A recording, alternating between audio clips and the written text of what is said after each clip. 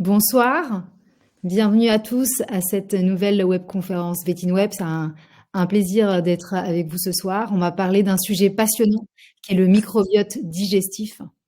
Et pour cela, on a avec nous docteur Valérie Fraîche, qui est vétérinaire, gastro-entérologue, et puis qui est spécialisée en médecine comparée. Donc, elle va pouvoir ce soir faire des comparaisons entre médecine humaine et médecine animale. Et ça va être passionnant. Vous pouvez, tout au long de la conférence, poser vos questions dans l'onglet chat. Et puis, si le temps le permet, elle répondra, en tout cas peut-être à une partie des questions à l'issue de la conférence. Donc, je lui laisse toute la place et puis bonne conférence à chacun. Merci, bonsoir à tous. Merci à VetinWeb pour son invitation. Et je suis très contente de partager avec vous ce soir quelques données sur le microbiote, aussi bien sur l'historique un peu de la manière dont ça s'est développé au cours des dernières années, que sur les modalités aujourd'hui pour la modulation du microbiote. Vous savez très bien que on veut plus utiliser d'antibiotiques ou le moins possible en gastro-entérologie, donc tout ça on va essayer de l'aborder ensemble. Donc on va faire un peu un grand tour d'horizon de ce qui se passe à la fois chez l'homme et de l'intérêt aussi de la modulation du microbiote en gastro-entérologie. Donc je vais partager mon écran.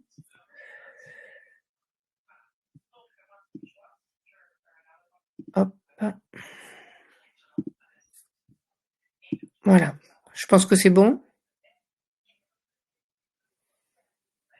Je n'ai plus accès au chat. C'est bon, ça va?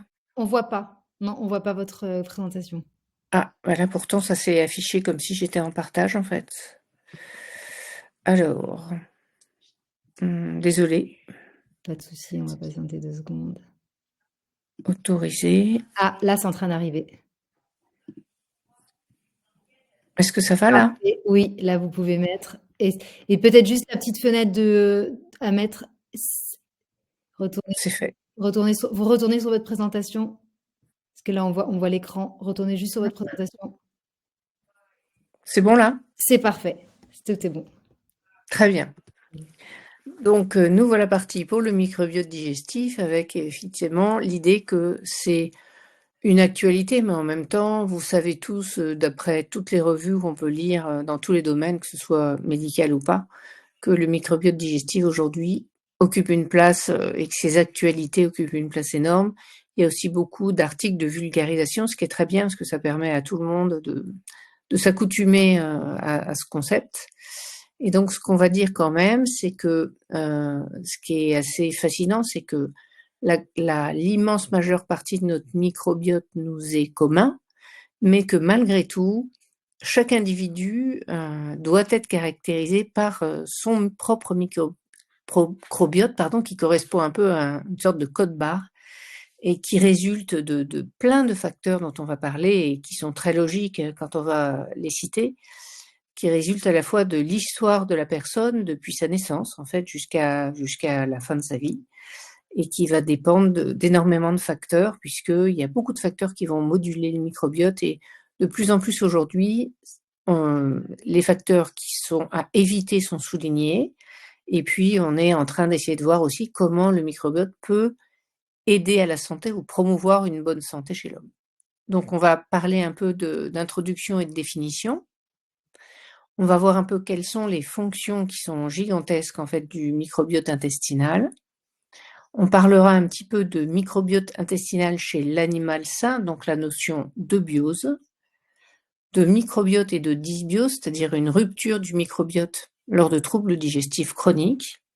Et puis on verra un peu quelques perspectives actuelles dans cette discipline. Donc, comme vous le savez, le microbiote, c'est un ensemble de bactéries, de virus et de champignons, de levures, d'archées, de plein de micro-organismes qui pèsent chez chacun des individus que nous sommes entre 1 et 2 kilos et qui vont jouer, même si on parle principalement, enfin exclusivement pour le moment des bactéries dans les études sur le microbiote quasiment, il y a une interaction du microbiote dans la physiopathologie d'un grand nombre de maladies.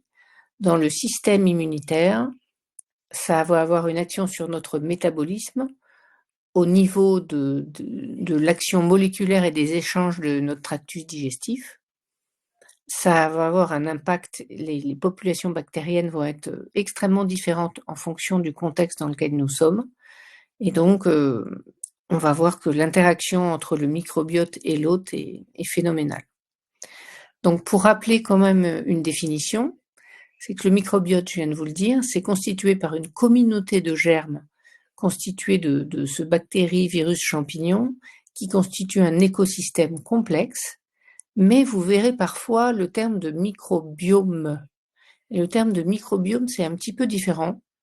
Ça représente en fait l'ensemble des gènes que possèdent les microbes, donc les bactéries, et ça aura pour conséquence la production.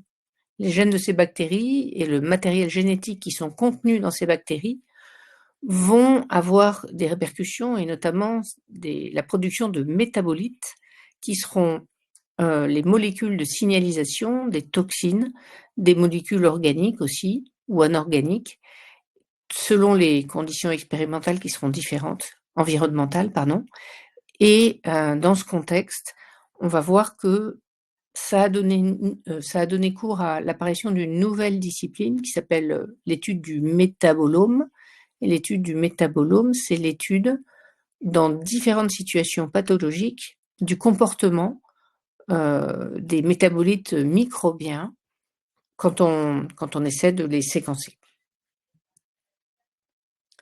Donc en fait, il y a plusieurs types de microbiotes. Et le microbiote, c'est la flore qui est résidente. Donc le microbiome, on l'a dit, c'est plutôt un ensemble génétique qui a un pouvoir qui est bien supérieur à celui de nos propres gènes en termes de puissance. On va le voir après. Et tout ça va être modulé selon un environnement. Donc il y a un microbiote particulier qui existe dans la bouche, le pharynx et le système respiratoire. Et puis il y a un microbiote cutané. On verra qu'il y a eu aujourd'hui une actualité par l'Institut Pasteur qui est assez stupéfiante. Et puis il y a un microbiote urogénital et le microbiote digestif dont on va plus particulièrement parler aujourd'hui, qui existe. Au départ, on pensait que l'estomac, en raison de son acidité, était un organe stérile, mais en fait, il y a une flore résidente dans l'estomac. Il y a aussi une flore dans l'intestin grêle, et la flore la plus importante, on le verra, se situe dans le côlon.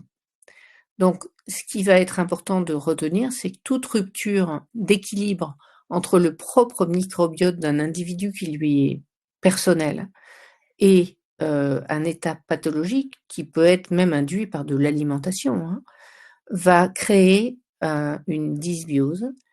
Et pourquoi ça va créer une dysbiose? Parce que notre organisme et notre flore digestive, particulièrement dont on parle aujourd'hui, vivent ensemble et dépendent l'un de l'autre. C'est vraiment des échanges qui sont très forts. Donc voilà les nouveautés du jour. Aujourd'hui, il y a des avancées majeures en fait pour la recherche vaccinale. Et en fait, il y a des chercheurs de l'Institut Pasteur qui ont démontré que la peau pouvait développer une réponse immunitaire puissante antimicrobienne et en fait qui vont proposer un vaccin qui va être appliqué comme un topique sur la peau. Et c'est vraiment une révolution effectivement par rapport à l'immunologie qu'on connaît aujourd'hui et du coup qui ne sera pas injectée. Il y a aussi, vous le savez, certains types de vaccins, notamment chez le chien par exemple, on vaccine contre la toux de chenille par l'immunité nasale. Donc vous voyez qu'on n'a pas forcément besoin d'injecter quelque chose dans le corps humain pour avoir un effet sur l'immunité personnelle. Quand est-ce que les recherches du microbiote ont commencé à voir le jour? Plutôt vers la fin du 19e siècle, en fait. Donc vous voyez que c'est quand même plutôt récent, mais en même temps pas si nouveau que ça. Que bien avant encore, il y avait des évocations du fait que dans les selles, il pouvait y avoir des organites importants. Et puis, du coup, ça a donné lieu à un nombre de revues et d'articles vraiment très importants en médecine humaine. Et comme souvent, la médecine vétérinaire a emboîté le pas à cette recherche. Et du coup, notamment, il y a un rapport passionnant de l'Académie nationale de médecine qui a été édité en 2015, qui montre effectivement que la diversité génétique de notre microbiote est 100 à 150 fois supérieure à celle de notre propre génome, ce qui est quand même assez vertigineux quand on y pense, hein. que le microbiote est peu cultivable. C'est pour ça qu'en médecine vétérinaire et en médecine humaine d'ailleurs, on a tendance à ne pas faire de coproculture, parce que si on fait une analyse bactérienne des selles, on va isoler des bactéries qui vont prouver qu'on a effectivement analysé des selles en fait. Donc les bactéries d'intérêt ne sont pas cultivables, et ce que vous allez obtenir comme bactéries en cultivant des selles ne représentera pas du tout la population de bactéries qui peuplent votre tube digestif. Il y a plusieurs techniques de séquençage au débit qui ont permis de faire des analyses moléculaires et donc de détecter toutes les familles bactériennes qui habitent notre tractus digestif dans un contexte normal et dans un contexte de maladie.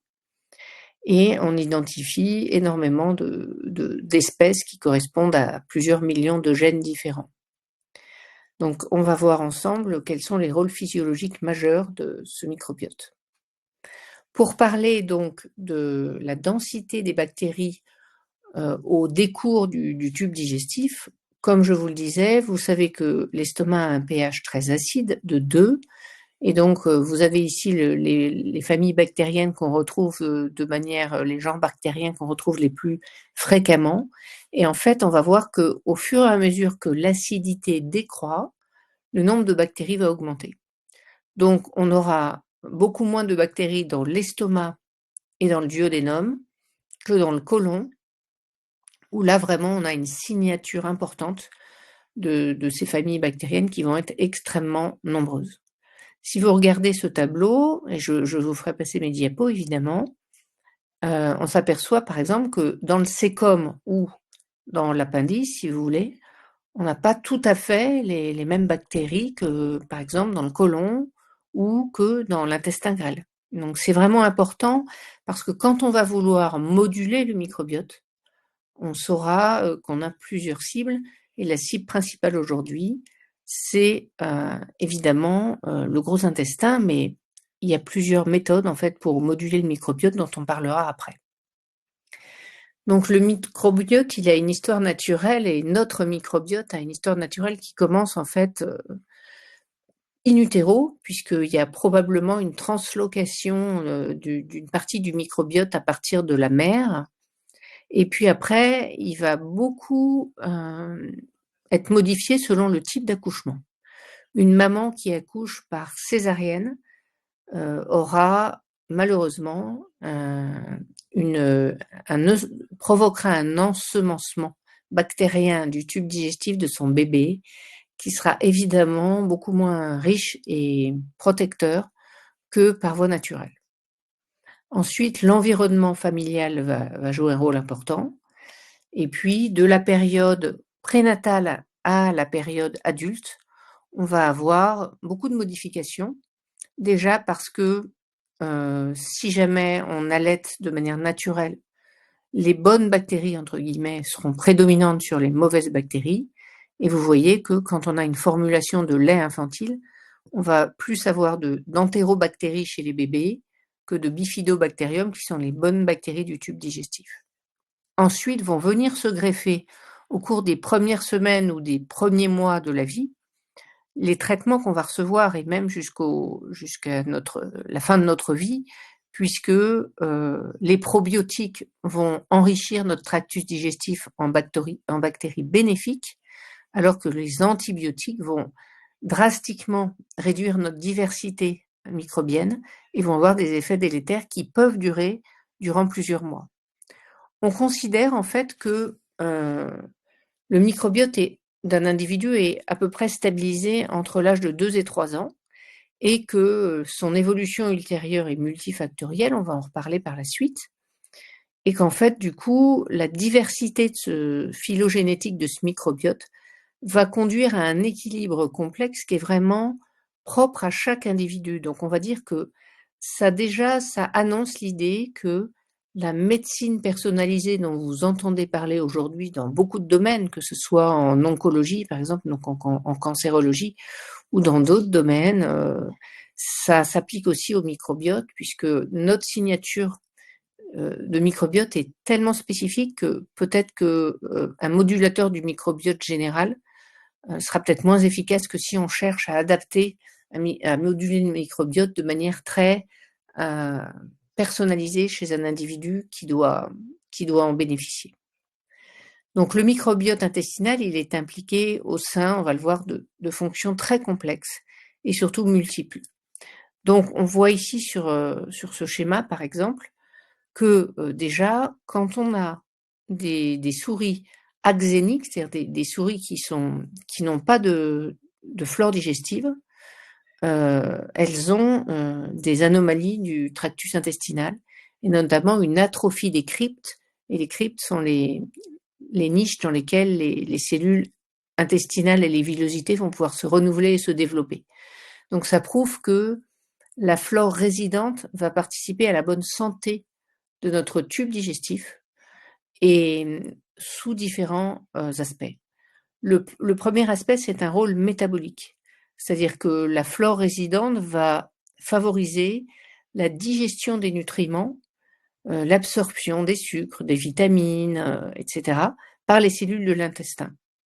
Ensuite, ça on le sait très bien et c'est essentiel, le microbiote va augmenter le rôle de barrière du tube digestif et va servir de bouclier contre les mauvaises bactéries et va produire du mucus qui va s'adhérer, qui va recouvrir en fait la superficie des villosités qui sont les surfaces d'échange de l'intestin et vont protéger à ce titre et vont empêcher les mauvaises bactéries d'envahir nos cellules intestinales et de passer par la suite même éventuellement par la voie sanguine.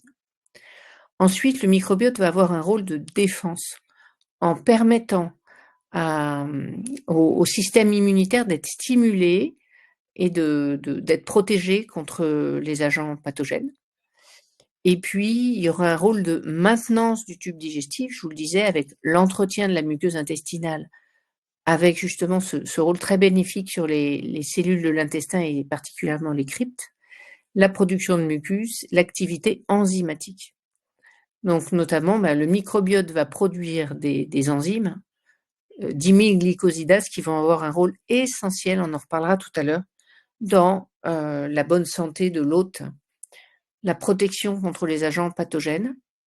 Et puis, ce qui est incroyable, c'est que finalement, le microbe qu'on héberge dans notre intestin va s'allier avec les cellules de notre intestin et va collaborer en fait pour discriminer le soi et le non-soi. C'est-à-dire qu'on considère aujourd'hui que l'action du microbiote au sein de l'individu s'intègre au soi et va participer au rejet du non-soi et donc du contexte dans lequel on peut tomber malade. Et puis le microbiote va produire des substrats énergétiques qui vont être très bénéfiques à la personne qui l'héberge. Donc vous voyez ce petit schéma ici dont on vient de parler, ça c'est des cellules intestinales, les nutriments, les différentes bactéries, les toxines qui sont repoussées, notamment par la présence de mucus, par la stimulation de l'immunité qui va permettre d'éliminer les mauvaises bactéries. Et du coup, quand le microbiote va être modifié dans le mauvais sens, on va avoir une perte d'homéostasie et ça va avoir du coup des effets très mauvais pour l'interaction entre les bactéries et l'hôte. Et donc, je vous redis ce que j'ai dit d'une autre façon, la flore intestinale que vous hébergez va être vitale pour votre propre santé. Donc, vous savez qu'en ce moment, il y a beaucoup de voies qui sont assez récentes d'explications et qui sont essentielles. Notamment, on va en reparler après, vous avez peut-être entendu parler du gut-brain axis, qui est en fait l'interaction entre votre cerveau et votre tube digestif. Il y a aussi le gut-liver axis, qui est l'interaction entre votre foie et votre tube digestif, sachant que le foie exerce plus de 1500 fonctions métaboliques essentielles, qu'il permet la détoxification, qu'il permet le déroulement du cycle de l'urée, qu'il synthétise les facteurs de coagulation, de très nombreuses protéines, des vitamines. Donc, toute altération du microbiote va potentiellement avoir une action sur le fonctionnement hépatique. Ensuite, les bactéries intestinales, quel est leur rôle en fait et pourquoi elles vont être bénéfiques à la personne qui va les héberger? Parce qu'elles vont produire des acides gras à chaîne courte qui ne peuvent pas, en digérant la cellulose et les fibres, qui ne peuvent pas être digérés par notre tube digestif, par notre système enzymatique personnel. Ces acides gras à chaîne courte sont essentiels, notamment ils participent à la bonne santé des cellules du côlon. Et ces bactéries intestinales vont aussi transformer les acides biliaires en acides primaires en acides biliaires secondaires, sachant que les acides biliaires primaires transitent une petite partie, 5% des acides biliaires primaires, donc des sels biliaires, vont transiter et ne vont pas re-rentrer dans le cycle entéro-hépatique. Et cette partie-là qui va transiter, elle doit absolument être conversée en acides biliaires secondaires, parce que les acides biliaires primaires, s'ils sont plus convertis, ils vont être très agressifs pour la muqueuse. Donc il y a certaines maladies qui sont liées à l'excès d'acide biliaire primaire par dysbiose, qui vont conduire à l'entretien d'une diarrhée inflammatoire vraiment majeure et qui devrait être traitée par des chélateurs des acides biliaires. Ensuite, les bactéries intestinales elles vont participer à l'homéostasie protéolytique. On l'a dit, les protéases qui sont sécrétées par les bactéries, elles vont jouer un rôle clé dans le maintien de l'équilibre intestinal en assurant des fonctions très importantes, et notamment des fonctions du système immunitaire. Et puis, si on veut parler d'un acide aminé important, il y a le tryptophane, qui est transformé par certaines bactéries du microbiote en dérivés indoles et qui vont activer des récepteurs, notamment les HAR, qui sont les récepteurs des hydrocarbures aromatiques, et participer en ce sens à l'immunité, puisque ça va conduire à la production de cellules immunitaires d'interleukines qui vont avoir un rôle anti-inflammatoire et vont jouer un rôle important dans certaines maladies gastro-intestinales. Donc le microbiote aujourd'hui, vous le savez, on parle d'organes parce que finalement c'est certainement à rattacher, étant donné sa symbiose avec l'homme, un organe à part entière. Et c'est pour ça que les produits de ces bactéries vont avoir un effet sur notre santé qui va être majeur. Revenons, je ne l'ai pas développé sur la diapositive précédente, sur le dialogue entre l'intestin et le cerveau. Tout le monde a vécu le dialogue entre l'intestin et le cerveau en ayant peur dans un contexte particulier qui peut être de passer un examen ou de vivre une situation extrêmement anxiogène. Et on voit que très vite, on a des effets sur notre tube digestif si le cerveau vous met dans une situation de panique. Donc en fait, ces bactéries intestinales vont sécréter différentes molécules qui vont arriver au cerveau, mais retourner au tube digestif. Donc c'est comme une autoroute à 4 voies, avec une voie retour, hein, et il va y avoir des signaux qui vont être véhiculés par voie sanguine. Donc il y a des bactéries qui vont gagner la circulation et rejoindre le cerveau par voie sanguine, par voie immunitaire.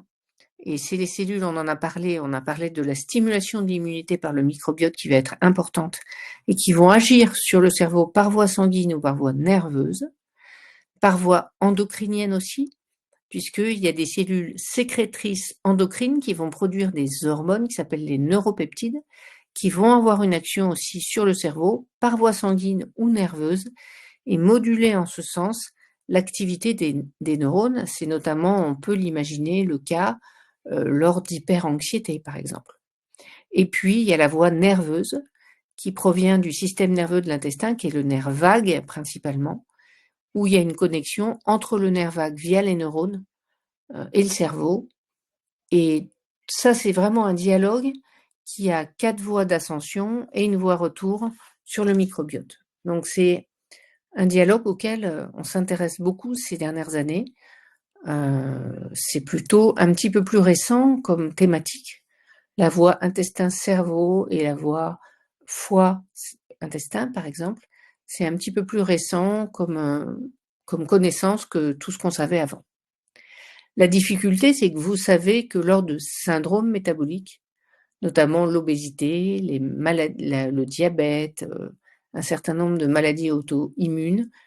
On sait qu'on a des dysbioses et des modifications du microbiote, mais en fait, on ne sait pas quel est l'œuf et la poule, et on sait que si la dysbiose accompagne un certain nombre d'étapes pathologiques et a été bien décrite au cours des publications scientifiques de ces dernières années, on peut citer, donc, comme je vous le disais, le syndrome métabolique avec l'hyperlipémie, l'obésité, le diabète, beaucoup de maladies métaboliques en fait, les maladies inflammatoires de l'intestin, des maladies immunitaires, le cancer colorectal, le cancer du foie, la dépression, l'autisme, vous en avez tous entendu parler. On sait que c'est un acteur critique, mais on ne sait pas, même si on connaît les espèces touchées et les maladies, on ne sait pas exactement dans quel sens toujours ça s'articule réellement. Si on veut citer l'exemple, par exemple, des maladies inflammatoires chroniques de l'intestin, on voit par exemple qu'il y a 4 millions d'individus qui sont touchés par ces maladies, notamment, vous savez, dans les pays assez développés finalement, que c'est en constante augmentation depuis plus de 20 ans et que l'influence du régime alimentaire est vraiment énorme. Ça, je pense que toute l'actualité, qu'elle soit sur les réseaux sociaux, dans les revues, les magazines ou tous les podcasts qu'on peut regarder, nous attire notre attention sur ces modifications. Et c'est vrai que ça va jouer un rôle vraiment essentiel. Donc en fait, on va se demander, si on sait que le microbiote est un organe, on va vouloir un peu le préserver. Pour le préserver, ça va nous ramener au concept One Health. Le concept One Health, ça veut concilier la santé de l'environnement, la santé de l'homme et la santé de l'animal. Et on sait aujourd'hui que pour la santé de l'environnement, de l'homme et de l'animal, il faut limiter les antibiotiques. Pour la santé de l'environnement, il faut limiter tous les agents qu'on peut disperser dans la nature, notamment par le biais de l'agriculture, pour faire une agriculture éco-responsable et limiter l'impact de tous les produits chimiques sur la santé des plantes et du coup la santé de notre alimentation.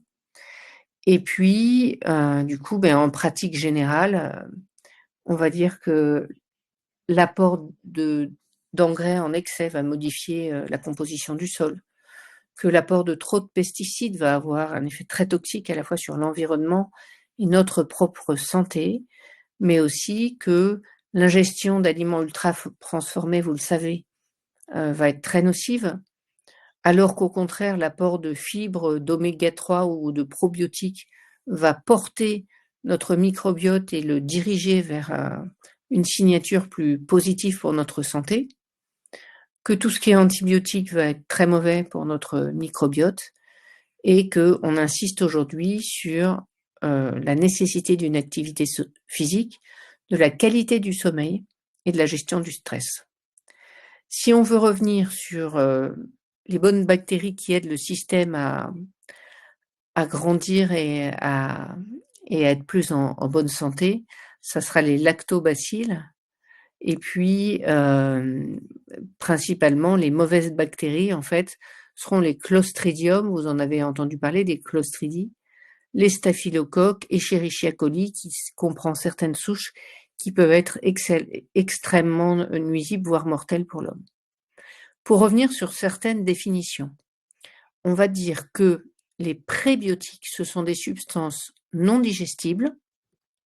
Ce sont principalement les substrats de la flore qui vont servir à la flore, à la nourrir et à la flore de digérer ces fibres et d'en produire des acides gras, notamment à courte chaîne, pour protéger les cellules de notre intestin. Les probiotiques, ce sont des micro-organismes vivants qui vont être bénéfiques pour l'hôte, dont les plus grandes familles sont constituées par les bactéries lactiques. Les symbiotiques, c'est l'association des prébiotiques et des probiotiques, donc des deux familles précédentes. Et les postbiotiques, qui est une notion un tout petit peu plus récente, ce sont des micro-organismes inanimés, donc inactivés, on va dire, ou certains de leurs composants qui vont conférer un bénéfice pour la santé de l'hôte, donc principalement des acides aminés, des peptides et des enzymes. Donc, quand est-ce que le microbiote va aller plutôt mal? Il y a plein de facteurs, vous le voyez, hein, qui sont nocifs pour notre microbiote. On vient d'en parler, de très nombreux médicaments, que ce soit des antibiotiques, des anti-inflammatoires, l'utilisation trop prolongée d'inhibiteurs de la pompe à protons et d'antiacides, qui par moments sont nécessaires chez certaines personnes. Si vous avez un grave reflux gastro-œsophagien, vous avez besoin régulièrement d'inhibiteurs de la pompe à protons. C'est ces antiacides, cette dernière famille d'antiacides. Dans certains cas, le bénéfice-risque veut qu'on les utilise. Mais il faut peut-être faire des breaks ou trouver des bonnes périodes d'utilisation pour éviter que leurs actions nuisibles puissent s'exercer sur notre tube digestif et sur notre microbiote. Le stress, on sait, va avoir un effet néfaste. Toute alimentation inadaptée, donc ces aliments ultra transformés dont vous entendez parler tous les jours, les additifs, les conservateurs, les édulcorants, toutes les toxines, les polluants environnementaux. Et puis, chez la femme particulièrement, la ménopause va modifier le microbiote. La surconsommation d'alcool, le sport mais non raisonné, c'est-à-dire que ou l'inactivité ou le sport intensif peuvent avoir une action délétère sur le tube digestif. Et puis, certaines infections bactériennes qui vont déréguler, vous mangez un aliment périmé, par exemple, ou vous attrapez vous ingérez une bactérie nocive, elle va complètement modifier votre microbiote et ça va se suivre par des symptômes qui peuvent être parfois assez marqués. Donc en fait, on voit que tout ça va modifier les antibiotiques, les facteurs de l'hôte, la nourriture et l'environnement vont modifier notre tube digestif et vont faire que ça va être très perturbé, parfois sur des voies qui vont être sur des durées très longues et surtout avec des traitements inefficaces. C'est le cas notamment chez l'homme, vous en avez entendu parler, de Clostridioides difficile, qu'on appelait avant Clostridium difficile. Et ces bactéries qui sont des infections opportunistes qui peuvent être liées à un séjour hospitalier ou à des conditions environnementales défavorables, ou parfois des zoonoses, vont nécessiter une transplantation fécale pour rétablir une flore qui soit plus positive et qui permette la transformation en acide biliaire secondaire notamment, et la diminution des bactéries qu'on ne souhaite pas avoir, et notamment en restaurant une diversité microbienne qui a été perdue lors de cette infection. Donc on reparlera de la transplantation fécale après. On sait qu'aujourd'hui, c'est quelque chose qui est de plus en plus utilisé, dont peut-être aujourd'hui on ne maîtrise pas encore toutes les applications. Donc, en fait, la transplantation fécale, c'est utilisé depuis, à mon avis, en médecine humaine, plus d'une vingtaine d'années, et en médecine vétérinaire, c'est devenu un sujet d'intérêt principalement au cours des 10 à 15 dernières années. Et ça va se traduire par la présence de heat maps qui vont être interprétés en fonction d'un individu particulier et du changement bactérien et de la distribution des espèces bactériennes qui vont avoir lieu avant et après la transplantation. Et ça permet de voir que certaines bactéries qui sont pas souhaitables, certaines familles bactériennes vont disparaître au profit des bactéries bénéfiques pour le microbiote. Donc on va parler un peu maintenant on va se centrer un peu sur le microbiote et les carnivores domestiques. Et ce qui est assez intéressant, et ça c'est connu déjà depuis un petit moment, c'est qu'en fait, avec nos propres animaux de compagnie, on on échange une partie de notre microbiote et on a une partie des signatures moléculaires de notre microbiote en commun.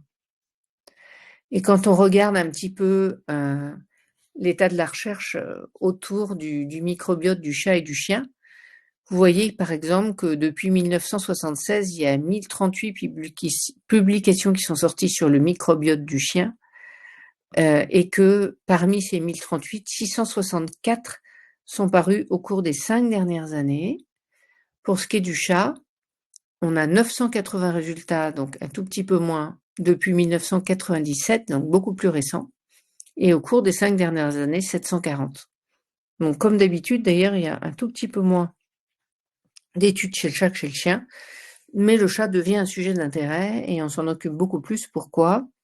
Parce que les entéropathies chroniques du chat, c'est-à-dire les maladies gastro-intestinales du chat et notamment les vomissements chroniques ou la diarrhée chronique, notamment chez le chat senior, sont en constante augmentation depuis les 20 dernières années et que ça devient un sujet d'intérêt parce qu'il y a de plus en plus chez le chat de cancers indolents qui s'appelle le lymphome de Bachrad, qui est un cancer qui, par chance, bénéficie d'un traitement par voie orale à la maison et qui est d'un bon pronostic, qui évolue très lentement, mais qui doit être détecté quand il le faut, et on pourra en reparler pour ça.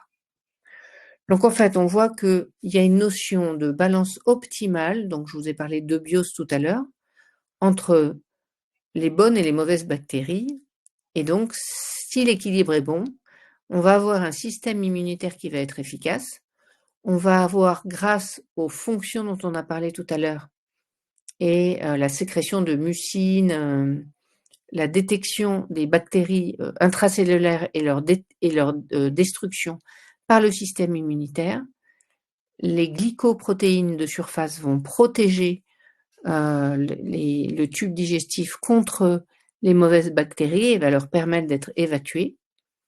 Et puis, l'intégrité de la barrière intestinale va être assurée en partie par la collaboration entre les cellules intestinales, l'immunité et la flore résidente. Et que ces bactéries vont pouvoir avoir une action anti-inflammatoire qui vont nous permettre de rester en bonne santé. On va parler de quelques maladies digestives et des illustrations qui sont connues, notamment chez le chien, avec des cas qui sont très importants. Notamment, par exemple, à la standardisation de la transplantation fécale chez le chien qui a une parvovirose.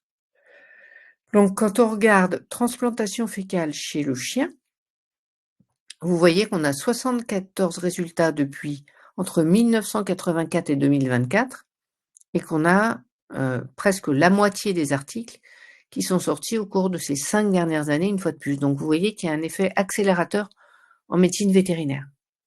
Et donc, on a cet article qui a été publié en 2017 et qui a montré qu'en fait,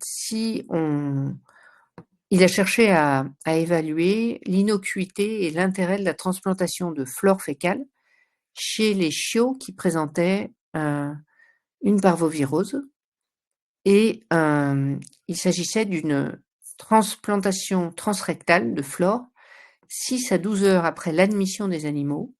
Et ce qu'on observait, en fait, c'est à la fois une réduction du temps d'hospitalisation et une résolution plus rapide des signes cliniques, avec une mortalité qui n'était pas diminuée dans le groupe traité par rapport au groupe non traité, mais ça, c'est certainement lié au fait du nombre d'animaux qui étaient inclus, et pas du tout, donc il n'y avait pas assez de puissance statistique dans cette étude, puisqu'il n'y a que 33 animaux qui ont été sélectionnés, et 33 versus 33, je pense que s'ils avaient fait 100 versus 100, ce serait probablement devenu statistiquement significatif et qu'on aurait eu une mortalité diminuée.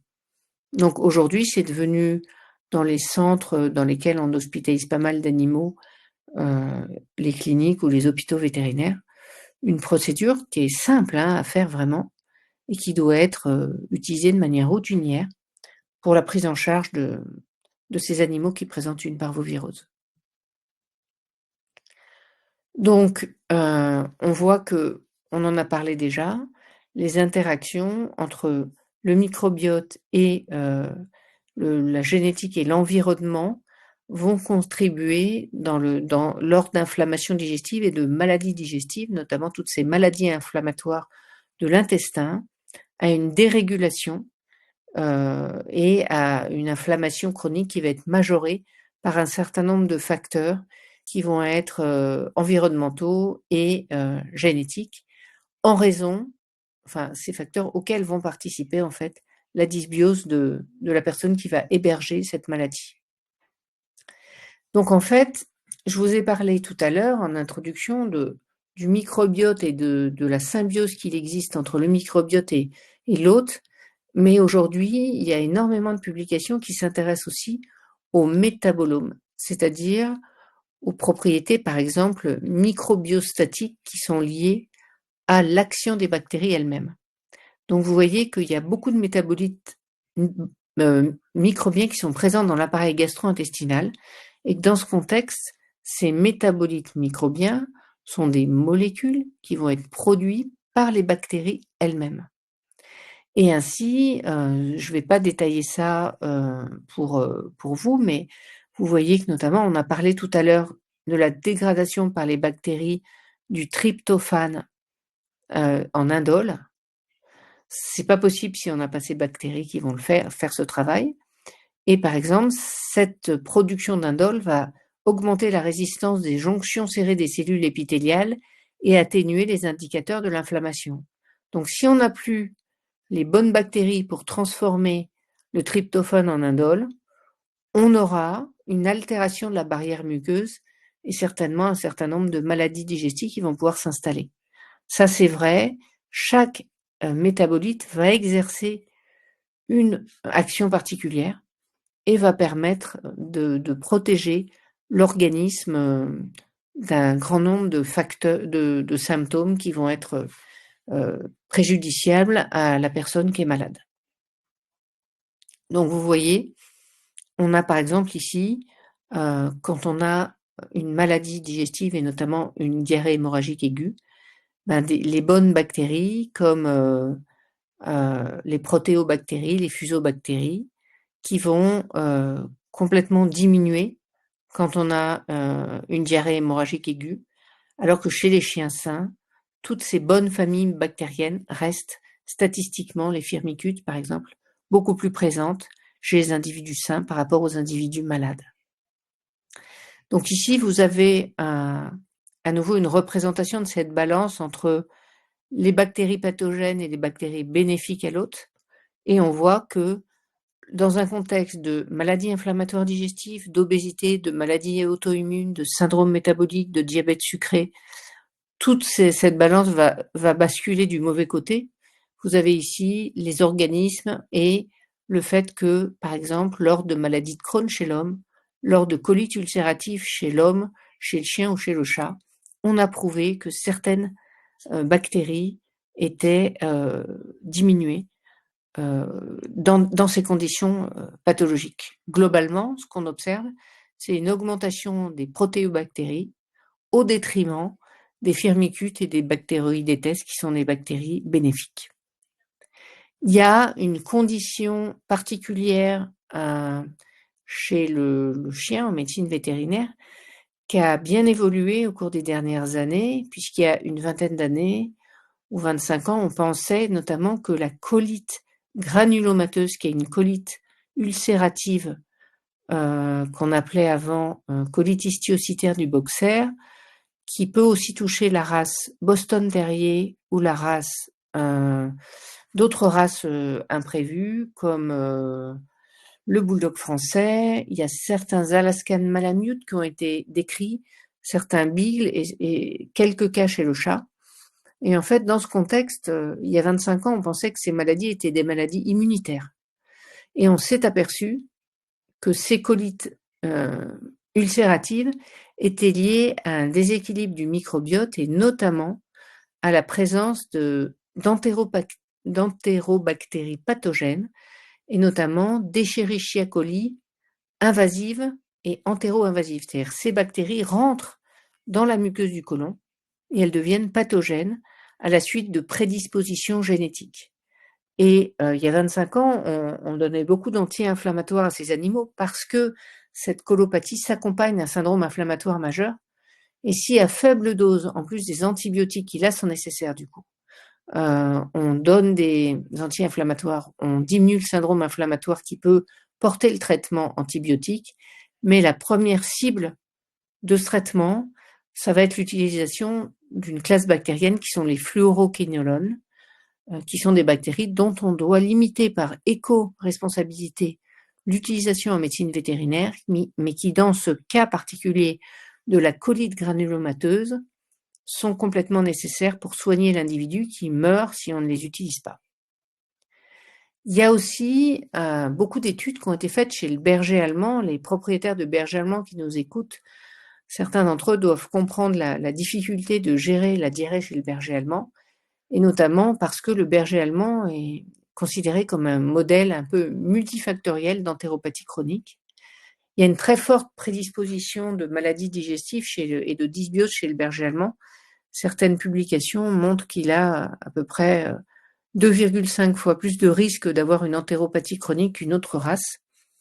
Et quand on regarde les publications scientifiques, on voit que le berger allemand est représenté dans plein d'études qui concernent les entéropathies chroniques, les entéropathies qui répondent à l'administration d'antibiotiques qu'on appelle aujourd'hui entéropathies dont on doit moduler le microbiote pour éviter d'utilisation non argumentée d'antibiotiques et non raisonnée plutôt.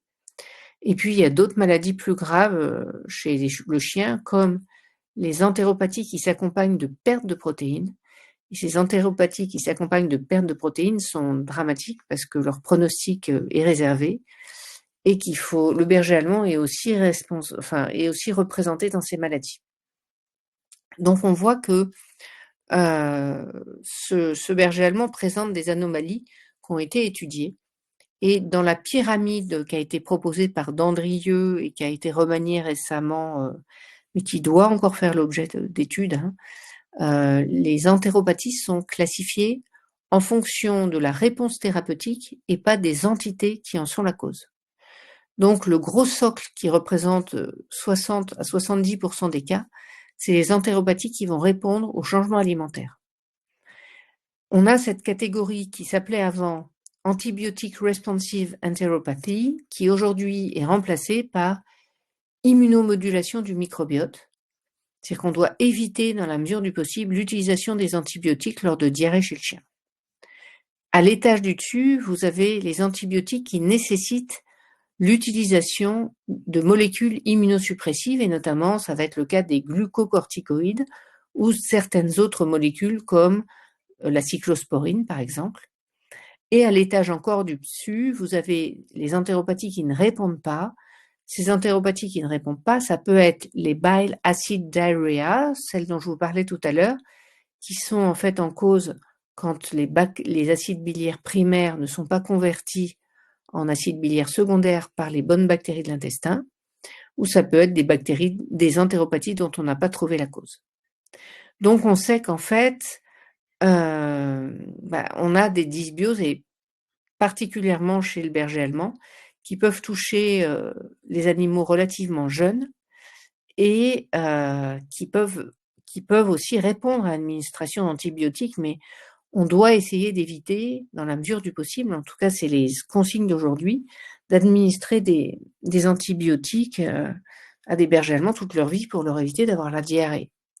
La problématique, c'est que parfois, on observe des rechutes si le traitement est suspendu, et l'objectif, c'est effectivement de trouver d'autres moyens de gérer ces animaux. Donc, il y a plusieurs publications qui ont montré la prédisposition génétique des bergers allemands qui présentaient des entéropathies inflammatoires, et notamment une dysrégulation du tube digestif, notamment par les toll-like récepteurs qui font partie de l'immunité locale du tube digestif et qui vont rendre les chiens plus sensibles à la flagelline bactérienne. Donc, les flagelles des bactéries vont stimuler de manière inappropriée le système immunitaire des bergers allemands qui présentent cette mutation, qui vont développer du coup une surréactivité antigénique au niveau du tube digestif et manifester une diarrhée chronique. Donc c'est quelque chose d'un peu complexe, qui a des bases génétiques qui ont été prouvées et qui participent au fait que la race berger allemand soit prédisposée à ces diarrhées chroniques. Donc il y a une origine multifactorielle avec une réponse muqueuse immune inappropriée, une barrière muqueuse du coup qui va être modifiée, puisqu'on a vu que quand l'immunité commence à se dérégler, la barrière muqueuse va être modifiée dans le mauvais sens. Et il y a plusieurs publications auxquelles vous pouvez vous référer si le sujet vous intéresse, et notamment même des publications même plus récentes que celles que j'ai présentées aujourd'hui. Donc, quelles sont les perspectives en fait qui peuvent et les leviers d'action sur lesquels on peut moduler le microbiote? Il va y avoir les antibiotiques, la transplantation de flore dont on a parlé, mais aussi les probiotiques, les prébiotiques et les symbiotiques. Donc, quelle est la manière en fait de moduler le microbiote chez un chien? Je viens de vous en parler, il y a les prébiotiques, il y a les probiotiques. On parle aussi parfois de cellules souches, il y a peu encore de publications dans ce domaine, mais certains estiment qu'un réensemencement du tube digestif par des cellules souches de l'individu peuvent être intéressantes pour refaire shifter le mauvais microbiote vers du bon microbiote. Il y a aussi certaines plantes ou fibres, on en a parlé, donc ça rentre dans la phytothérapie. Et puis il y a la transplantation fécale. Donc la transplantation fécale aujourd'hui, elle bénéficie d'avancées, hein, et on sait, comme chez l'homme d'ailleurs, que on a pu établir des règles à respecter pour faire une transplantation fécale appropriée, notamment la sélection du donneur, la manière de gérer les prélèvements, de gérer les selles, est-ce qu'il faut les congeler, ne pas les congeler, comment les administrer. Il y a beaucoup plus d'avance chez l'homme dans ce domaine, mais surtout ce qui manque aujourd'hui, c'est un niveau de preuve au niveau d'un certain nombre de ces facteurs, hein. Notamment les probiotiques, il y a un certain nombre d'études qui ont été validées, des études scientifiques, mais il y a pas mal d'indications dans lesquelles on n'a aujourd'hui pas d'études du tout. Les prébiotiques, c'est la même chose, et la transplantation, c'est la même chose. Certaines indications, on a un peu tendance, parce que c'est un effet de mode, à proposer une transplantation fécale dans un grand nombre de maladies. Par exemple, aujourd'hui, je vous donne un exemple, on n'a plus la molécule qui nous permet de traiter la trichomoniase chez le chat. Donc aujourd'hui, on essaie de traiter cette trichomoniase en remplaçant la flore abîmée du chat qui est malade avec cette trichomoniase par une flore de chat sain, en espérant qu'en re-ensemençant le côlon du chat par une flore saine, on va lui permettre d'évacuer ses parasites. Il faut en tout cas respecter les règles et suivre notamment cette publication qui est en train de sortir là, les guidelines, c'est-à-dire vraiment les règles du jeu pour être sûr de correctement effectuer ces transplantations fécales. De mon côté, par exemple, j'ai mené une étude quand j'ai fait un doctorat d'université à l'hôpital Necker en médecine comparée et en comparant lors de le microbiote lors de lymphoprolifération indolente de l'intestin grêle du chat dans un contexte sain, dans un contexte tumoral indolent, donc avec cette tumeur qui est peu évolutive chez l'homme mais si fréquente, j'en vois plusieurs cas par semaine, et des chats sains et des chats qui avaient juste une inflammation digestive sans lymphome. Et on a vu que si on compare ces modifications de microbiote chez le chat sain et dans les deux autres groupes, c'est-à-dire entéropathie ou lymphome, l'entéropathie et le lymphome sont très très proches dans leur modification et sont très très différents du chat sain. Et pourquoi on pense que c'est comme ça? Mais parce qu'on a montré qu'il y avait justement un continuum entre cet état inflammatoire et l'apparition de ce lymphome indolent, c'est-à-dire ce lymphome peu évolutif, mais qui évolue sur plusieurs années quand même. Et je vous rappelle quand même que chez l'homme, 25% des cancers sont considérés comme induits par des pathogènes bactériens, cancer et lymphome gastrique par Helicobacter pylori, lymphome cutané, immunoprolifération intestinale par Campylobacter jejuni, ça c'est vrai aussi chez le cheval par exemple, lymphome oculaire par Chlamydia psittaci. Donc il y a quand même beaucoup de cancers. Aujourd'hui, vous voyez la campagne qu'on fait pour la vaccination contre le papillomavirus en période présexuelle chez les ados, pour éviter justement tous les cancers ORL par la suite ou tous les cancers de la sphère urovaginale, parce que on sait que la cancer de la sphère génitale, parce qu'on sait que la présence de ce papillomavirus qu'on n'aura pas éliminé et qui va rester en dormance dans l'organisme pendant parfois des dizaines d'années, peut conduire par la suite à l'apparition de cancer ORL ou de cancer de l'utérus ou du vagin chez la femme, par exemple.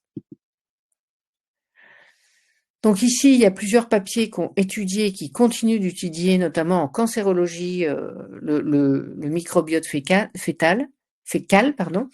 Donc il y a par exemple ce papier qui est sorti en Italie sur 12 chiens avec 21 chiens contrôle et qui ont séquencé l'ARN16S chez des chiens qui avaient un lymphome multicentrique, donc pas du tout digestif, hein, et des chiens sains. Et ils ont vu, comme d'habitude, que la diversité, la signature habituelle lors de maladies, c'est qu'on a une baisse de diversité, que les bactéries bénéfiques comme Faecalibacterium, Fusobacterium sont diminuées, que, en revanche, l'index de dysbiose est élevé et que les streptocoques ou les entérobactéries, du coup, vont augmenter de manière significative. On sait aussi qu'on a, même chez l'homme, hein, ça a été montré, l'impact du microbiote intestinal dans les réponses aux thérapies contre le cancer. C'est-à-dire qu'en fait, non seulement le microbiote est modifié dans un grand nombre de cancers, quelle que soit leur localisation, mais qu'en plus, en fonction du microbiote intestinal, la réponse au traitement va être différente. Donc, vous pouvez regarder cet article qui date de 2017, qui est vraiment passionnant à ce sujet. Donc, on a déjà évoqué ça. Ce qu'on sait, c'est que quand on a une entéropathie, pour aider le microbiote et pour le moduler, je vous en ai parlé, la nutrition, et chez nous aussi c'est très important, va être vraiment quelque chose d'essentiel. Pourquoi ? Parce que par le biais de la nutrition et par l'interaction entre le microbiote et l'individu, on va moduler notre système immunitaire, on va moduler et on va augmenter le nombre de bonnes bactéries qui sont présentes dans notre tube digestif. On va aussi moduler, grâce aux fibres, la motricité du tube digestif et on va moduler l'expression épigénétique. Qu'est-ce que l'épigénétique ? C'est des modifications qui vont réguler l'expression de l'ADN en fonction de l'environnement. C'est par exemple, un exemple de l'épigénétique, c'est le renard des montagnes dont le poil devient blanc à la saison des neiges. C'est aussi, de façon moins drôle, l'apparition de cancer du côlon chez les gens qui se nourrissent que de viande rouge ou qui mangent trop de viande. Ça, c'est de l'épigénétique en fait. C'est de la méthylation de l'ADN qui va conduire à une toxicité pour les cellules du côlon et qui va conduire à leur cancérisation. Donc les aliments, c'est très important. Ils ont une valeur biologique qui est essentielle et on doit essayer de s'alimenter avec des aliments de haute valeur biologique. Et c'est pas forcément une question d'investissement financier. Parce qu'en fait, si on mange une nourriture simplifiée à base méditerranéenne, on n'est pas obligé forcément de manger de la viande rouge qui coûte plus cher et qui est plus toxique pour l'environnement. Donc, on va enrichir notre alimentation en aliments de bonne valeur biologique, en fibres, en vitamines, des aliments digestibles, pas trop riches en lipides non plus, notamment le soir. Vous savez que les lipides vont ralentir la digestion, le processus de digestion. Et on va essayer, il y a plusieurs théories pour optimiser la digestibilité de la ration, notamment chez les carnivores domestiques, le chien et le chat, qui peut être les protéines naïves, donc des protéines auxquelles on n'a pas été jamais confronté, ou des hydrolysats. Donc en fait, il y a plein de contextes en médecine vétérinaire dans lesquels l'alimentation va jouer un rôle vraiment essentiel. Qu'est-ce qu'on va avoir un peu comme perspective d'évolution? Je vous en parlais tout à l'heure, c'est la médecine personnalisée. C'est-à-dire s'intéresser à l'individu avec beaucoup de précision. Et vous le savez, aujourd'hui, il y a de la médecine personnalisée en cancérologie. Je pense que ça va s'appliquer dans tous les domaines de la médecine et qu'en fait, on va définir le profil de l'individu lui-même et arriver à identifier la composition de la transplantation fécale ou de ce qu'on doit donner à un individu par voie orale, puisqu'aujourd'hui, il y a aussi des gélules de microbiote qui peuvent être ingérées. Et dans ce contexte, on peut avoir peut-être des valeurs biologiques prédictives qui vont nous dire améliorer la robustesse de l'individu qu'on doit soigner, celui-là et pas son voisin, aux pathogènes, au stress, traiter et prévenir les pathologies et maximiser et minimiser toutes les altérations physiopathologiques qu'on peut trouver. Donc ça, c'est vraiment quelque chose d'avenir qui va permettre de faire évoluer la médecine. Et puis, l'intelligence artificielle, vous le savez, va aussi nous aider à essayer d'avoir des techniques d'analyse dans plein de domaines qui vont permettre une médecine plus performante. Donc, je pense que vous êtes convaincus maintenant de la vie symbiotique qui existe entre l'individu et tous les micro-organismes qui l'hébergent, mais il va falloir aussi, et à mon avis bientôt ça va être un sujet d'intérêt, s'occuper des autres pathogènes dont on parle peu, à savoir les champignons et les virus notamment. Donc ça, sûrement, dans les années qui viennent, sûrement ça va beaucoup évoluer et nous apporter beaucoup de choses. Donc maintenant, je reste à votre disposition pour toutes les questions que vous pourriez avoir, et notamment, et je vais regarder dans le chat peut-être toutes les questions que vous avez pu me poser. Je vous remercie d'avoir été là ce soir, en tout cas avec nous. Alors, je regarde un peu les questions, du coup. Donc, oui, alors, on pourra revoir la conférence en replay, effectivement. Est-il possible, demande Véronique, d'ensemencer notre corps en apportant des microbiotes comme l'ultralevure ou après une baisse de forme ou une maladie? Alors oui, effectivement, c'est complètement possible. C'est déjà ce qu'on conseille depuis la nuit des temps. Quand on vous fait manger des bifidobactéries en mangeant du fromage blanc ou du yaourt, ou en vous disant qu'il faut prendre de l'ultralevure après un traitement antibiotique. Donc vous voyez, je pense que c'est quelque chose pour lesquels il y a des publications qui vont mettre en avant certains probiotiques plus que d'autres.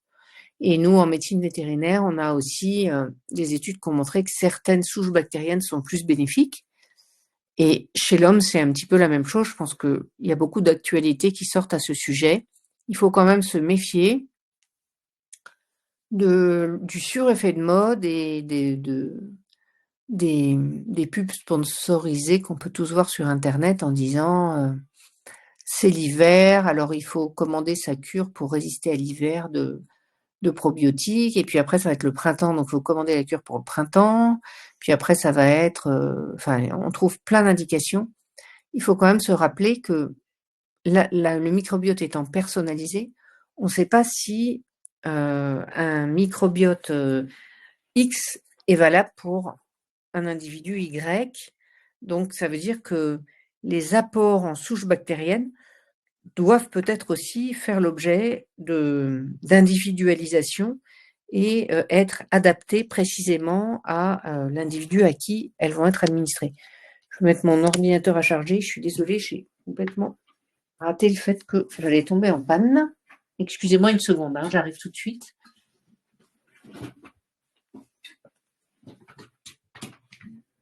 Me revoilà, désolée.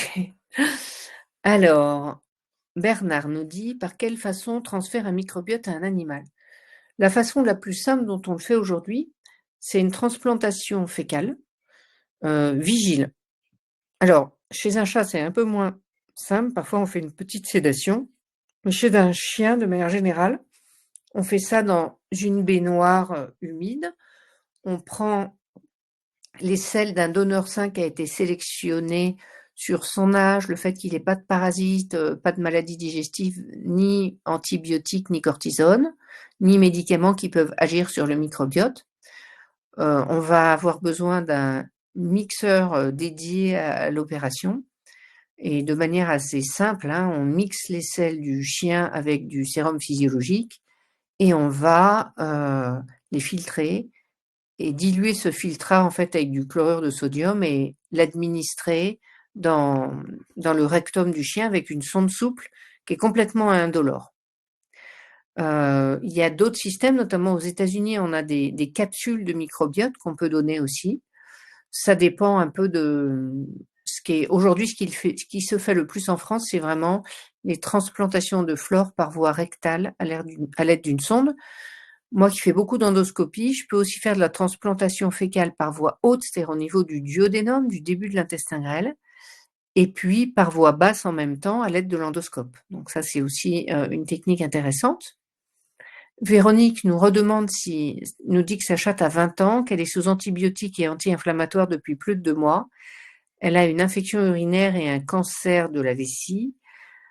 Pour lui permettre de lutter, est-ce qu'on a on n'a pas encore un état de preuve que ce qui est sûr, c'est que son microbiote avec les antibiotiques et les traitements qu'elle reçoit va être modifié.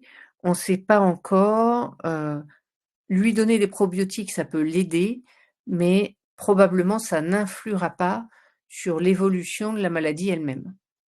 Donc, mais ça peut être intéressant de lui donner des probiotiques pour limiter notamment les anti-inflammatoires et les antibiotiques vont beaucoup perturber la flore digestive. Donc ça peut être vraiment intéressant de l'aider comme ça. Mais, ce qui est évident, c'est qu'aujourd'hui, on n'a pas un état d'épreuve qui nous dit que telle souche va permettre de diminuer l'impact d'un cancer de la vessie, par exemple, ou de n'importe quel autre cancer. Nicole, donc il y a des personnes qui nous disent qu'elles viendront en podcast, en replay. Solène nous dit qu'elle a un chat qui est atteint de trichomonas et oui, moi je pense qu'à l'heure actuelle, étant donné les limites que nous avons, il faudrait essayer de faire plusieurs transplantations fécales, Solène. Donc ça veut dire trouver un chat donneur, indemne et essayer de faire des transplantations tous les 3 à 5 jours, en voyant si au bout déjà de 2 transplantations, il y a une amélioration, ça vaut le coup de continuer pour essayer d'éliminer le parasite parce qu'en ce moment, c'est vraiment on a peu de je crois qu'il y a un article qui est sorti très récemment, j'ai pas eu le temps de regarder encore, mais ça peut être une option, en tout cas, en l'absence de traitement de ronidazole disponible, en Europe en ce moment, c'est ce qui est actuellement recommandé. Sandrine nous dit: «Je suis l'heureuse propriétaire d'une petite Spitz qui a 8 ans. Y a-t-il une relation entre un dérèglement du microbiote et la formation excessive de tartre? 2 détartrages à 1 an d'intervalle, une haleine assez forte, même 1 semaine après le détartrage. Autre problème, infection des glandes anales avec formation d'un abcès. Depuis ces épisodes, les glandes anales doivent être purgées régulièrement, presque tous les mois.» Alors, il y a plusieurs questions dans la première. Il y a un microbiote buccal qui est plus ou moins équilibré d'un animal à l'autre. Pour ça, effectivement, une fois qu'on a commencé à faire des détartrages, malheureusement, souvent il y a nécessité de faire un entretien de la cavité buccale avec une brosse douce en utilisant soit des solutions qui limitent la formation de tartre, soit l'administration à l'aide d'une brosse douce de dentifrice qui vont éviter le retour trop rapide du tartre. La laine assez forte, elle peut être liée effectivement à ce tartre.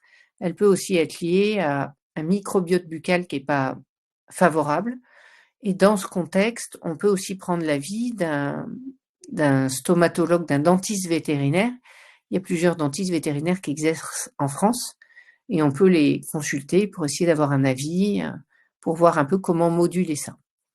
Pour l'infection des glandes anales, les petits chiens ont une particularité, c'est qu'ils ont souvent une sécrétion à l'intérieur les glandes anales, c'est 2 petits sacs qui se situent de chaque côté de la marge de l'anus. Leur problématique, en fait, c'est que, parfois, soit les canaux qui permettent, la vidange de ces petits sacs, qui doit être spontané, soit quand l'animal contracte très fort ses fesses quand il est en situation de défense. C'est fait pour sécréter une substance très odorante et ça va jouer dans la défense de l'animal. C'est un peu quelque chose d'archaïque qui existe chez les chiens depuis toujours. Aujourd'hui, c'est plus quelque chose, un inconfort qu'autre chose. Chez les grands chiens, on a moins besoin de vider les sacs à dos, mais chez certains petits chiens, il faut que votre vétérinaire, Sandrine, vous apprenne à les vidanger.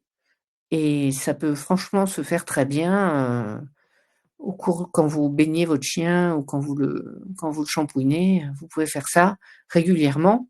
Il y a des animaux chez lesquels il faut le faire toutes les 2 semaines et ça se fait vraiment très bien sans risque. Et après, vous n'aurez plus de problème avec les sacs à dos.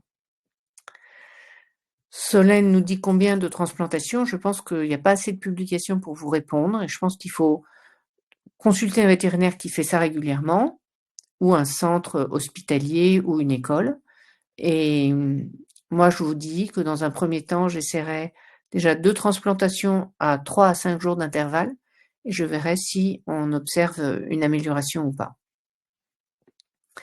Alors, une autre question est: mon chat atteint de calicivirus FIV+, ne prend plus de corticoïdes ni d'antibiotiques après 2 ans de traitement phyto, ostéo et surtout extraction racines et dents.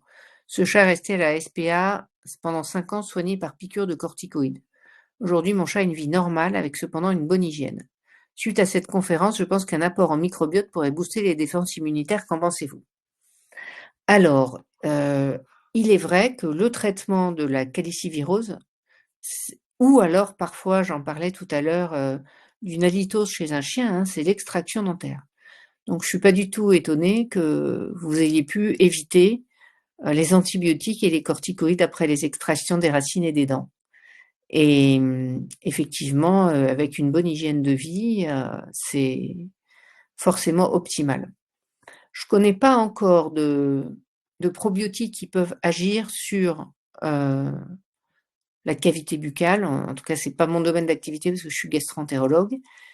Je crois pas que ça soit encore disponible, mais en tout cas, pour ce qui est du tractus digestif, si le chat a pas de trouble digestif du tout, je pense qu'il n'a pas particulièrement besoin d'un apport aux probiotiques parce si son microbiote est bon, il va lui-même assurer sa fonction de défense.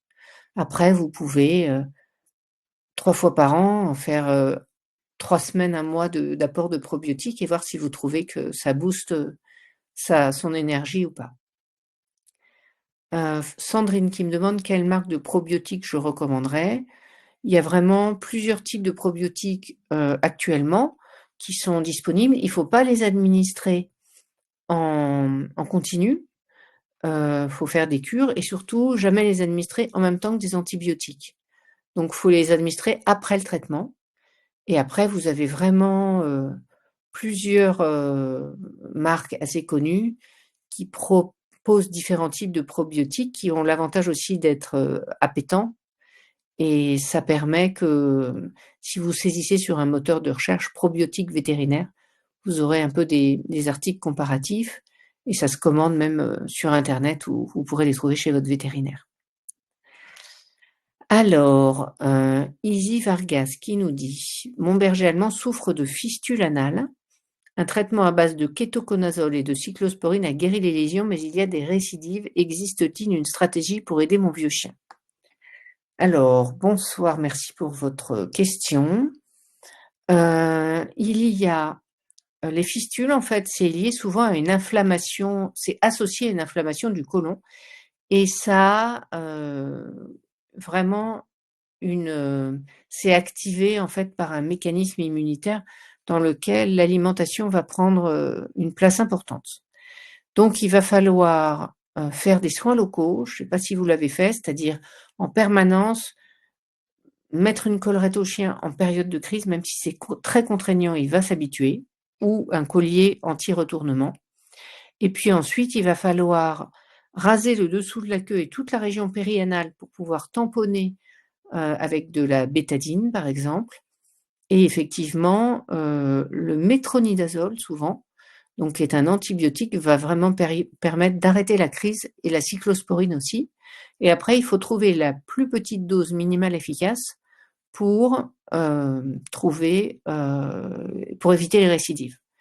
Après, je suis sollicitée par un groupe de recherche en médecine humaine qui a mis au point un système d'injection dans les trajets fistuleux pour guérir localement les fistules sans effet secondaire sur la santé de l'animal. Et donc, ça, il faut que peut-être je peux vous mettre en contact avec ces personnes pour que s'il y a trop de récidives, on essaie d'agir sur cette action. Alors, je continue les questions. En fait, c'est des remerciements et je ne vois pas d'autres questions. Dites-moi si vous en avez. Izzy qui est en train de... Ah, il y a encore une question là de... Ouais, donc Brigitte qui nous dit les croquettes pour chiens ont-elles des effets inflammatoires versus ration ménagère? Alors, tout dépend de ce qu'on appelle croquettes pour chien, une fois de plus. Si on alimente son animal avec une alimentation industrielle, il faut qu'elle soit raisonnée, qu'on vérifie surtout la composition, et donc pour ça, il faut vraiment lire l'étiquette. Si on ne lit pas l'étiquette, on ne peut pas savoir ce qu'il y a dans l'aliment. Même moi, ça m'arrive tous les jours quasiment de consulter quand les propriétaires me disent mon chien a tel problème, je lui donne tel aliment. En fait, on s'aperçoit quand on lit l'étiquette entre les lignes qu'il y a beaucoup plus d'ingrédients que ce qu'on pense. Donc, il faut limiter le nombre d'ingrédients. Et au contraire, les croquettes à viser pour contrecarrer des états pathologiques sont extrêmement efficaces. Chantal me dit qu'elle a un bichon havanais à qui on a dû faire des lavements parce qu'il a des constipations répétées, voire un mégacolon. Alors, un mégacolon, Chantal, chez un chien, c'est pas ultra courant. Et dans ce contexte, il faut voir s'il n'y a pas une cause qui a conduit au mégacolon, mais je pense que ça a été recherché. Vérifier qu'il n'y a pas eu de lésion du bassin, que l'animal n'a pas eu un accident, par exemple, que son alimentation est bien adaptée et notamment qu'il y a assez de fibres dans sa ration.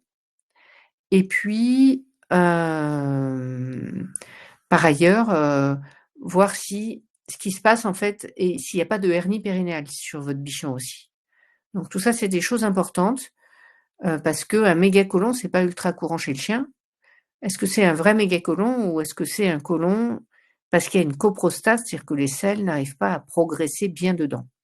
Pour ça, il faut vraiment agir plus que les probiotiques sur les fibres. Et ça va être vraiment important de donner des fibres qui vont permettre, notamment du psyllium ou du parapsyllium, pour permettre un transit beaucoup plus facile des selles. Alors, Izzy Vargas, on pourra via, à mon avis, VetinWeb, entrer en contact pour les fistules. Alexandra nous dit qu'elle a un malinois de 3 ans qui présente des diarrhées régulières depuis 1 an, des démangeaisons, des reflux gastriques avec des léchages très intenses. Elle a changé à multiples reprises son alimentation et elle voit toujours des récidives. Et elle n'a pas encore les résultats de l'endoscopie ni de la transplantation fécale. Alors, Alexandra, il faut que je vous dise que si votre chien, à son âge, présente des diarrhées régulières, il y a 2 causes importantes, enfin les 2 causes dans 99% des cas. Ce sont des parasites qui doivent être détectés par une analyse de selles effectuée sur 3 prélèvements successifs, sinon on peut les rater. Et après, dans 99% des cas, la cause est liée à un trouble de la tolérance alimentaire. On a mené à l'école vétérinaire une étude sur les troubles de la tolérance alimentaire au cours des derniers mois, là, et on a montré que la gestion des troubles de la tolérance alimentaire chez le chien était complètement individuelle. Et chez 27% des chiens, on avait besoin de présenter entre 4 et 8 aliments différents. Donc, ce qu'il faut faire, Alexandra, c'est trouver l'aliment adapté à votre malinois il n'y a aucun marqueur biologique qui vous permet de trouver quel est l'aliment en cause ou l'ingrédient en cause. Mais ça, c'est quelque chose qui est comme maintenant aujourd'hui assez connu. Et dans les biopsies, si un chien a la diarrhée depuis 1 an, vous allez trouver une infiltration lymphoplasmocytaire, mais que cette infiltration lymphoplasmocytaire, probablement, elle est juste due à son intolérance alimentaire. Donc il faut gérer la trouble de la tolérance alimentaire, même si chez certains animaux, c'est vraiment compliqué, sachant qu'en plus, si vous avez un animal anxieux, le dysfonctionnement du gut-brain axis va contribuer au fait que vous ayez du mal à trouver le bon aliment. Donc c'est vraiment là-dessus, il ne faut pas vous axer sur les probiotiques. Vraiment d'abord, c'est trouver, l'inflammation en fait, elle est présente parce que votre chien, il a une stimulation antigénique au niveau du tube digestif qui est excessive parce que jusqu'à maintenant, il mange un aliment qui ne lui convient pas. Ça ne veut pas dire que l'aliment n'est pas bon pour la santé. Peut-être qu'il conviendrait à 99 autres malinois, comme le vôtre. Mais votre chienne à vous, elle ne tolère pas celui-là. Donc il faut faire des essais raisonnés d'une certaine manière et on arrive, c'est quelque chose nous qu'on va publier bientôt d'ailleurs, et c'est quelque chose qui est extrêmement fréquent. Pour vous donner un ordre d'idée, on a fait cette étude qu'on a présentée dans un congrès international sur une trentaine de mois. Sur une trentaine de mois, on a identifié 80 cas. Donc c'est vraiment des choses qu'on voit toutes les semaines et c'est la première cause aujourd'hui de diarrhée chronique chez l'animal en bonne santé de moins de 6 ans. Donc il faut vraiment s'axer là-dessus.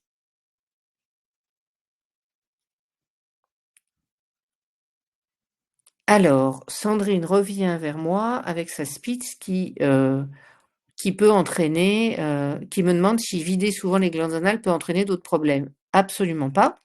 C'est des petites glandes qui ont une paroi, vous appuyez dessus, ça sort parce que soit les canaux sont tortueux, soit le contenu est trop épais. Le fait de les vidanger, au contraire, ça va éviter des problèmes. Donc il n'y a aucun problème. N'hésitez pas à le faire autant que nécessaire. Il faut juste demander à votre vétérinaire de bien vous montrer. Moi, hier soir, j'étais en consultation. J'ai vraiment expliqué à une propriétaire qui avait un petit chihuahua tout petit qui fait 1,2 kg, comment il fallait faire et ça se passe vraiment très bien et c'est pas si compliqué. Je vois qu'on arrive à la fin des questions. En tout cas, c'était passionnant. Un grand merci encore. Merci Esther. Vraiment, c'était super. Pour ceux qui veulent revoir le replay, donc vous allez recevoir le lien automatiquement dans votre boîte mail et puis aussi ça sera disponible sur la chaîne YouTube de VetinWeb et de MyVetShop, les deux. Donc si vous voulez réécouter, reprendre le temps parce que c'était vraiment Il y riche. avait beaucoup d'informations. Voilà, il y a beaucoup de choses. Un grand merci encore. Avec plaisir. Merci Bonne pour votre soirée. invitation. Merci à nous surtout. Merci à vous. On a C'est été gentil. encore chanceux de vous avoir ce soir. Avec plaisir. Bonne soirée à chacun. On vous souhaite de belles fêtes et on se retrouve l'année prochaine avec de nouveaux événements VetinWeb. Exactement. Et moi, je vous souhaite à tous aussi le meilleur pour ces fêtes de fin d'année, d'être très heureux en 2025 et que tout aille bien pour vous. Très bien. Merci. À Merci bientôt. beaucoup. Au Au revoir. revoir.